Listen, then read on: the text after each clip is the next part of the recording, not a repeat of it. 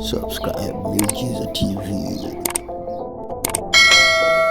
Yes, uhari gani mtazamaji wa Miujiza TV, na leo tuko hapa kwa ajili ya kuweza kuangazia mambo ambayo yanaendelea huko katika Mashariki ya Kati, hasa vita dhidi ya Iran, Israel na Marekani. Nasri, unadhani labda tuanze hapo kwa mtazamaji kumkaribisha. Hii vita ambayo inaendelea Mashariki ya Kati kati ya Israel wakiwa na mpango wa the Great Israel kwamba kuweza kuongeza Israel, lakini pia Iran nao wanakataa unyonge kwamba wao wanajiita ni majanti wa Ghuba ya Uajemi. Lakini pia upande wa magharibi tunamwona Marekani ambaye ameweza kuingia hii vita, ameingia kwenye mtego wa Israel pasipo kutegemea. Tuangazie vita hii, pengine labda itakuwa na athari sehemu gani kuelekea kombe la dunia 2026 kule Marekani? Yes, athari ipo sababu unajua unapokuwa mpira au ingiliani na siasa, lakini wanapokuwa amani hakuna, hata kwenye kanuni za kimchezo pia zinaeleza huwezi kuwa na mpira. Na tukiangalia Trump sasa hivi anahitaji mazungumzo, kwa maana kustopisha vita, lakini kwa upande wa Irani wamekuwa kama vile wanaanza moja, yani wamesema bado sana. Tumeona. Na kikubwa zaidi pia Marekani, baadhi ya wananchi wameandamana jana, baadhi ya miji mbalimbali wameandamana kumpush yes, rais wa Marekani kustopisha vita, kwa sababu kiuhalisia Trump anachokifanya sio kitu kizuri, na wananchi wake ndio wanaona hilo. Endelea, sijui. Okay. Jana kwenye akaunti za Trump aliandika kwamba kuna watu wengi ambao ni wajinga, hawahitaji sisi kuendeleza vita hii, lakini mimi nina uhitaji mkubwa sana mafuta kutoka Iran. Kwa hiyo hii vita yote bado Trump anaonesha upande wake kwamba kuna kitu kikubwa na kihitaji kwa Iran. Yes, unajua kwamba Iran ni moja kati ya nchi ambazo 30% za mafuta yanatoka Iran. Kwa hiyo kufungwa kwa mlango bahari wa Hormuz unasababisha mafuta kutokupita pale kwa asilimia kubwa. Kama unakumbuka, Marekani ni taifa ambalo iliwekea Iran vikwazo takriban miaka 35 mpaka 40. Na Iran tulikuwa tujui kwamba yale mafuta ambayo yanapita mlango bahari wa Hormuz yalikuwa yanapita bure kabisa. Sasa walichokifanya baada ya kufunga ule mlango wa Hormuz, wakaamua kusema kwamba kwa kila tanki inabidi lilipiwe la mafuta kila pipa linalopita pale mlango wa Hormuz. Na wamekuja na mfumo ambao wanatumia yuan, fedha ya China. Na unakumbuka wakati Marekani chini ya rais kipindi hicho ni Kennedy, wakati anataka kuipa thamani dola Marekani, alikuja na program ambayo inaitwa petrodollar. Na petrodollar ilifanya kazi kwenye mataifa kama ya Afrika, mataifa Mashariki ya Kati, tunazungumzia Saudi Arabia, baada ya kumwambia kwamba auze mafuta kupitia dola Marekani, afu Marekani yeye atamlinda kwenye masuala ya vita na kisiasa, mambo kama hayo. Baada ya Saudi Arabia kuingia ile mkataba na Marekani, tukaanza kuona kwamba dola Marekani ikaanza kupanda thamani. Sasa pia Trump naye amekuja na mfumo mbadala kwamba anataka pia dola ya Marekani sasa hivi waweze kuinyanyua, kwa maana kwamba watu wameandamana Marekani kama nasi ulivyosema, kwa sababu maisha yamekuwa ni gari. Kwa mtu mmoja wa Marekani sasa hivi anatakiwa atumie sio chini ya milioni 9 kwa mtu mmoja kwa ajili ya accommodation ya maisha yake yeye kule. Sasa ukiangalia kwamba jana baadhi ya majimbo makubwa sana kama Philadelphia walikuwa walisadikia kwamba maandamano yalikuwa ni makubwa sana kwenda Chicago, kusogea mpaka New York City na majimbo mengine. Na wanamshurutisha Trump kuweza kumtoa, na slogan wanasema kwamba no king in America, kwamba hakuna mtu mkubwa kuliko Amerika. Na kitu ambacho Trump amefail ni kuweza kuchukua maamuzi pasipo kushirikisha ile Congress ya Marekani, kwamba wanakaa wanaorganize kuhusiana na vita, lakini ameingia moja kwa moja hapo.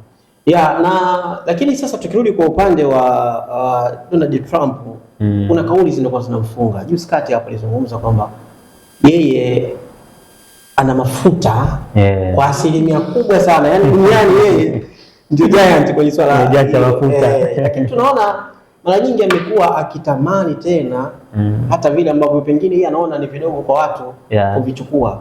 Na hii inawala kiukweli Marekani, japokuwa mara nyingi tumekuwa tukiona labda Irani wamekuwa kiathirika, lakini Irani kwa msimu huu yes, wamejipanga sana. Lakini kwenye upande mwingine naona kwamba Iran pia inaweza ikawa inaathirika. Tukiangalia miundombinu, asilimia kubwa Irani ndio inafanyaje, inaumia kwenye swala la miundombinu, lakini kwa viongozi wa Iran pia baadhi yao wanakuwa nakufa zaidi.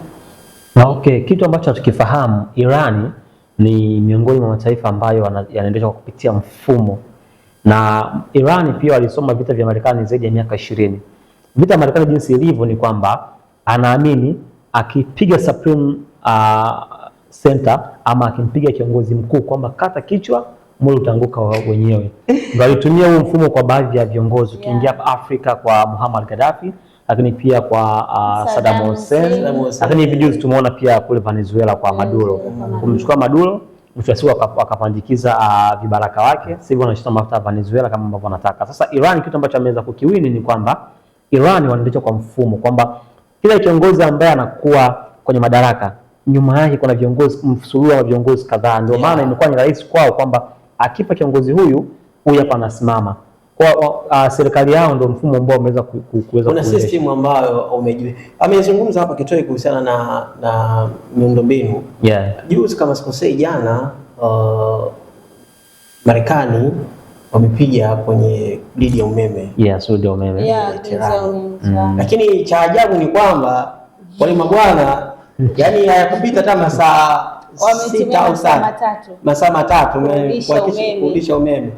Na hii ni kwamba mechanism ambayo wanayo wale watu ni kwamba hawategemei grid moja mshaelewa, zaidi ya wana 150 ili wakamilishe katika kwa umeme Iran total lazima wapige mara 150 ambayo jana wao wamefungulia grid ya pili. Mshaelewa bado unaona hapa. Kwa hiyo Iran kusema kweli wamejipanga kama walivyosema Biva, na hii wameisoma Marekani kwa miaka mingi na walijua, kwa sababu hata kutengeneza hizo grid na nini vitu kama hivyo, kwamba wamejiwekea kwamba ipo siku huyu bwana atakuja kufanya nini, atakuja kudhibiti, kwa sababu Marekani wanaijua.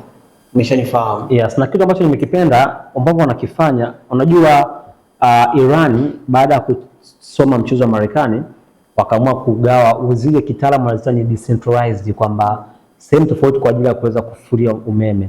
Kwa mfano tukichukulia baadhi ya mataifa yetu mengi ya Afrika, tunategemea umeme kutoka sehemu moja, lakini pia kisha kuvuliwa sehemu moja unaenda kusambazwa kwenda sehemu zingine. Sasa wenyewe wanachokifanya wametenga zile decentralized. Kazi ya decentralized ni kuweza kufua umeme sehemu tofauti, kwamba umeme ukikatika hapa wanatumia tena decentralized zingine. Na wanachokifanya wameweza kukificha. Ndio maana hata kwenye mfumo wao wa mashambulizi, baada ya Marekani kupiga zile kombora kumuua Ayatollah na kushambulia baadhi ya kambi za pale Tehran, wakasema kwamba tumeimaliza Irani mazima, hakuna jeshi. Sasa mfumo wa jamani wanatumia ule mfumo wa decentralized, kwamba wanakuwa wanagawa makundi.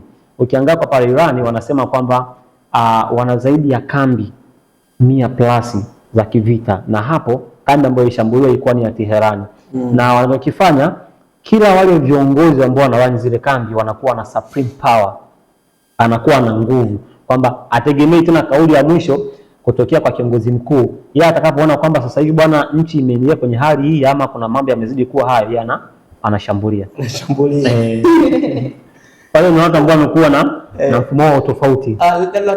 Lakini mimi nafikiri kwa hizi nchi za Ghuba tuseme kuna mfumo ambao unaotumia kwa ajili ya kupata mahitaji ya maji. So wanasema kwamba water desalination plant. Nadhani kama huu mfumo wataupiga, hii kidogo itakuwa ni changamoto kubwa sana sasa. Kwani hadi Iran nao wanategemea hicho kitu? Hizi ni Mashariki ya Kati, kwa sababu geography ya Mashariki ya Kati wanatumia kule bahari yenye chumvi, kuna bahari Nyekundu.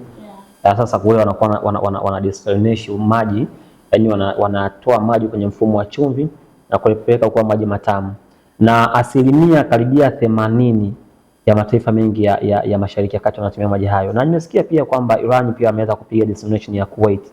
Na Kuwait pia ni miongoni mwa mataifa ambayo basement ya Marekani wameweza kuweka kwenye ukanda ule. Sasa Iran alisema kwamba kama akitaka vita iweze kustopishwa lazima Marekani aweze kutoa vikosi vyake Mashariki ya Kati ili vita iweze kusimama. Na Marekani yeye anachokisema ni kwamba ili vita pia na yeye asiweze kushambulia Iran, anachodai kwamba lazima waache kurutubisha uranium.